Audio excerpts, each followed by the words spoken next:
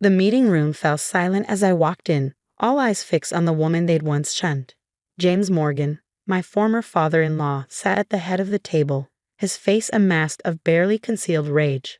Beside him his son, my ex-husband David, couldn't even meet my gaze.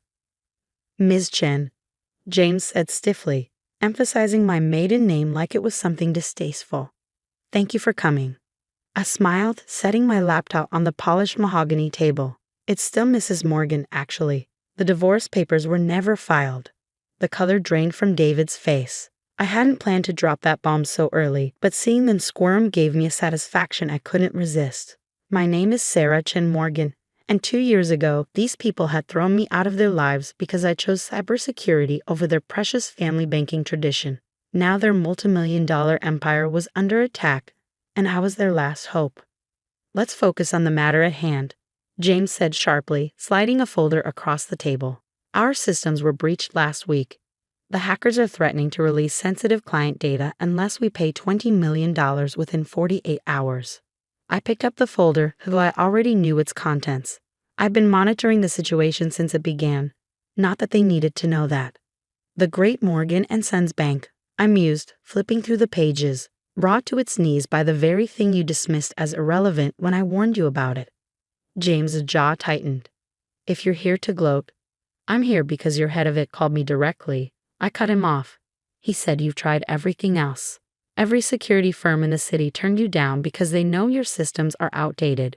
You're running infrastructure from the last decade because, and I quote, traditional banking doesn't need all that modern nonsense." David shifted uncomfortably in his chair. "Sarah, please, this isn't the time." "When is the time, David?"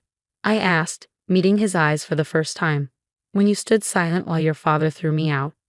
When you chose your trust fund over our marriage? Or maybe now, when everything's falling apart?" 2 years earlier, this same room had witnessed a very different scene.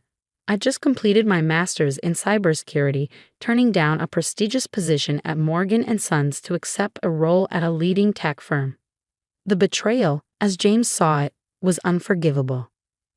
"No Morgan has ever worked outside this bank," he shouted, pacing the room like a caged animal.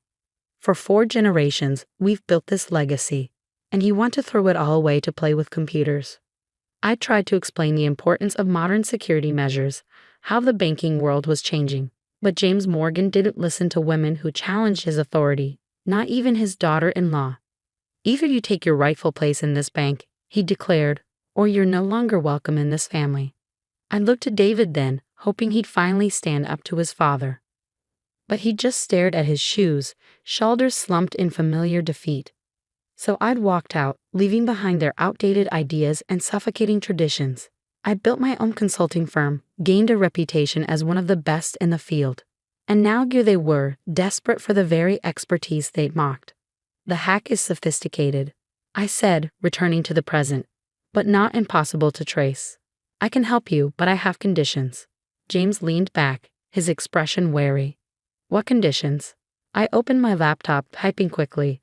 "First, you'll implement every security measure I recommend, without argument. Second, you'll create a dedicated cybersecurity division with a proper budget. And third," I paused, savoring the moment, "you'll make a public announcement acknowledging the breach and my role in resolving it." "Absolutely not," James exploded. "We've never admitted to any security failures. The Morgan reputation is about to be destroyed anyway," I finished. "In 47 hours, every account number, every transaction, every dirty little secret will be public. Your choice." The silence that followed was deafening. James's face had turned an alarming shade of red, while David looked like he might be sick. "There's one more thing," I added, pulling up a series of emails on my screen. "Something interesting I found while examining the hack. Would you like to see who had access to your systems the night before the breach?" David's head snapped up, real fear in his eyes now. He knew exactly what I'd found. The late-night login, the disabled security protocols, the convenient gaps in the firewall, all traced back to one executive access code. "Is code. We should discuss this privately," he said quickly, standing up. But I was done with their secrets, their backroom deals, their carefully maintained facades. "Sit down, David," I said quietly. It's time everyone knew exactly what kind of legacy your father has built. The projector hummed to life as I connected my laptop. David's access logs appeared on the screen, damning in their clarity. On Tuesday night at 11:43 p.m., I said, addressing the stunned board members, someone using executive code N7249 disabled the main firewall. 3 minutes later, they accessed the secure client database. By midnight, the backup systems were compromised. I turned to David. Would you like to explain why your code was used, or should I continue? James slammed his fist on the table. This is absurd. My son would never. Your son has been embezzling from Morgan and Sons for the past year. I cut in, switching to a new slide. Small amounts at first, carefully hidden in transaction fees. But lately he's gotten bolder. Haven't you, David? The room erupted in whispers as I displayed the evidence: transaction records, offshore accounts, falsified audits. David had been busy since I'd left, though not in ways his father would approve. You've been watching us, David said, his voice barely above a whisper. All this time. I nodded. Did you really think I'd walk away completely? I built half these systems. I know every backdoor, every vulnerability, including the ones you exploited. Why? James demanded, turning on his son. We gave you everything. David laughed, a hollow sound that echoed through the room. Everything except a choice. Did you ever ask what I wanted, Dad? If I wanted to spend my life trapped in this mausoleum of tradition. I watched my ex-husband carefully. The perfect Morgan hair was crumbling before our eyes, years of resentment spilling out. The hack, one of the board members, spoke up. Was it you? David shook his head. No, I made it possible. They approached me months ago. Said they could help me disappear, start fresh. All I had to do was leave a door open. You fool, James hissed. You've destroyed everything we've built. You destroyed it, David shot back. With your rigid rules, your impossible standards. Sarah was right about modernizing, about the security risks, but you wouldn't listen. You never listen. I cleared my throat. As fascinating as this family therapy session is, we're running out of time. The hackers don't care about your drama. They want their money, or everything goes public in. I checked my watch, 46 hours. James seemed to deflate, suddenly looking every bit his 65 years. Can you stop them? Yes, I said simply. I've already identified their location and method of attack, but my conditions stand, and I'm adding one more. What now? James asked warily. David turns himself in. No cover-up, no quiet resignation. The authorities need to know exactly what happened. David stood up so fast his chair toppled backward. You can't be serious. Sarah, please, we were married. Doesn't that mean anything? I met his gaze steadily. It meant everything. That's why I waited 2 years to find the right moment. To show your father exactly what happens when he values his precious legacy over people. You planned this? James said slowly, realization dawning. You knew about David's activities all along. You waited until we were desperate. I learned from the best, I replied coldly. Isn't that what Morgans do? Use every advantage, never show weakness. You taught me well during those family dinners, James. The board members watched our exchange like a tennis match, decades of Morgan family dysfunction playing out before them. Some looked horrified, others oddly fascinated. Time's running out, I reminded them, closing my laptop. I'll be in my office when you're ready to meet my terms. All of them. I gathered my things, enjoying the heavy silence. At the door, I paused. Oh, and David. Those divorce papers you never filed?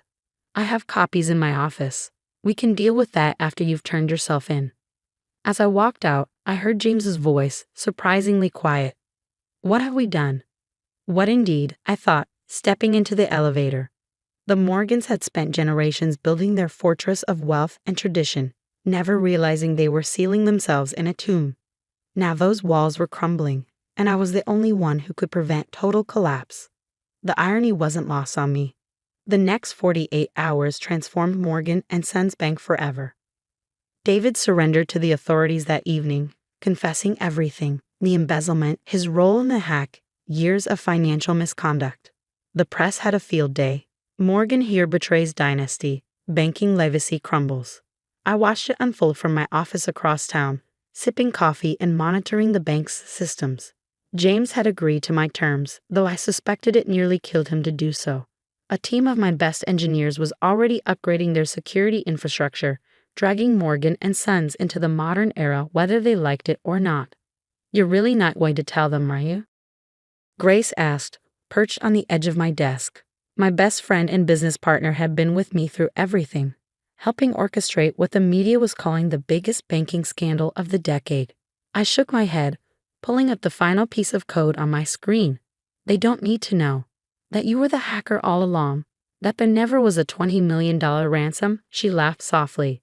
Sarah, you practically performed surgery on their entire system, exposed years of corruption, and they think you're their savior.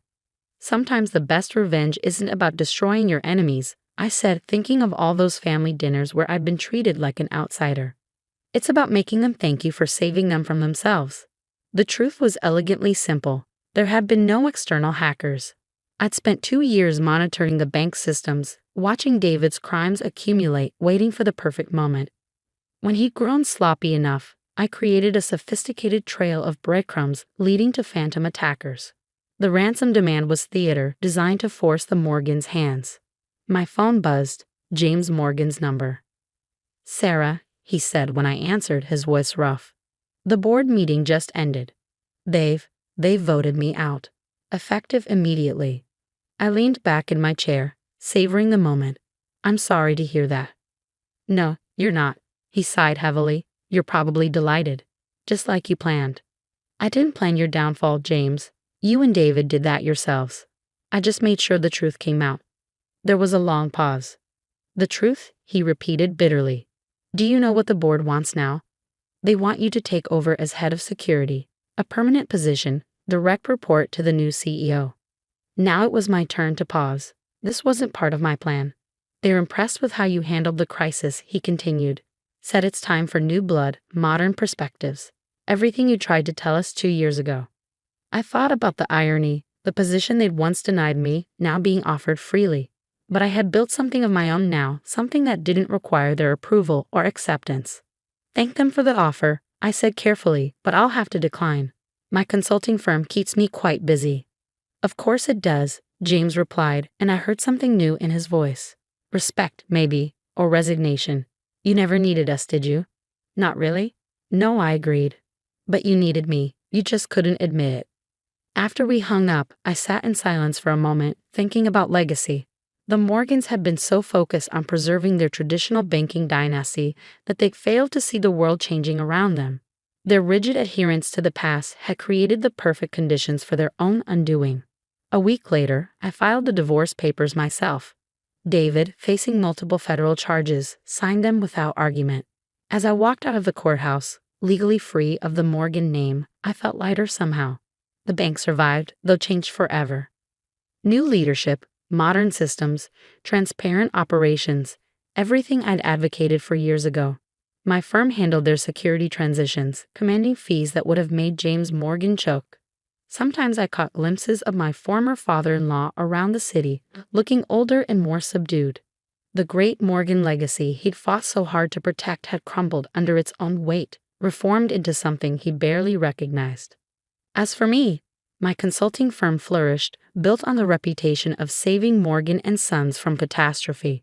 Other banks saw our services, desperate to avoid similar scandals. I became known as the woman who'd modernized old-world banking, though few knew the full story of how it happened. One evening, almost a year later, I received an unexpected visitor. James Morgan stood in my office doorway, grayer and thinner than I remembered. I've been doing a lot of thinking, he said without preamble.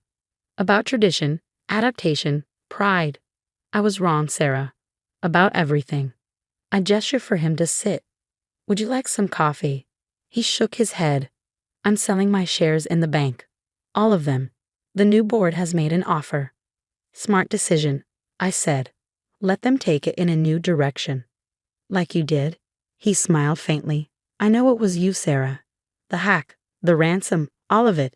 Took me months to figure it out, but once I did, it was brilliant. Ruthless, but brilliant. I met his gaze steadily. Would you have preferred real hackers? Actual theft? Sometimes the best protection comes from someone who knows exactly where you're vulnerable. He nodded slowly. You found our weakness, not in the systems, but in our pride, our refusal to change. He stood up, straightening his jacket. I just wanted you to know. I understand now. What you were trying to tell us all along. As he turned to leave, I called after him. James, thank you. For what? For teaching me that sometimes the strongest legacy isn't the one we inherit, I said. It's the one we build for ourselves. He smiled, a real smile this time. Goodbye, Sarah. Make sure they do better than we did. I watched him go, thinking about legacy, redemption, and the price of pride. The Morgans had wanted to preserve their dynasty at all costs, never realizing that true strength comes from being willing to tear everything down and build something better from the ruins. In the end, that was my real revenge, not destroying their legacy, but transforming it into something worthy of survival. Something that would last long after the old guard had faded away. And maybe, just maybe, that was the greatest victory of all.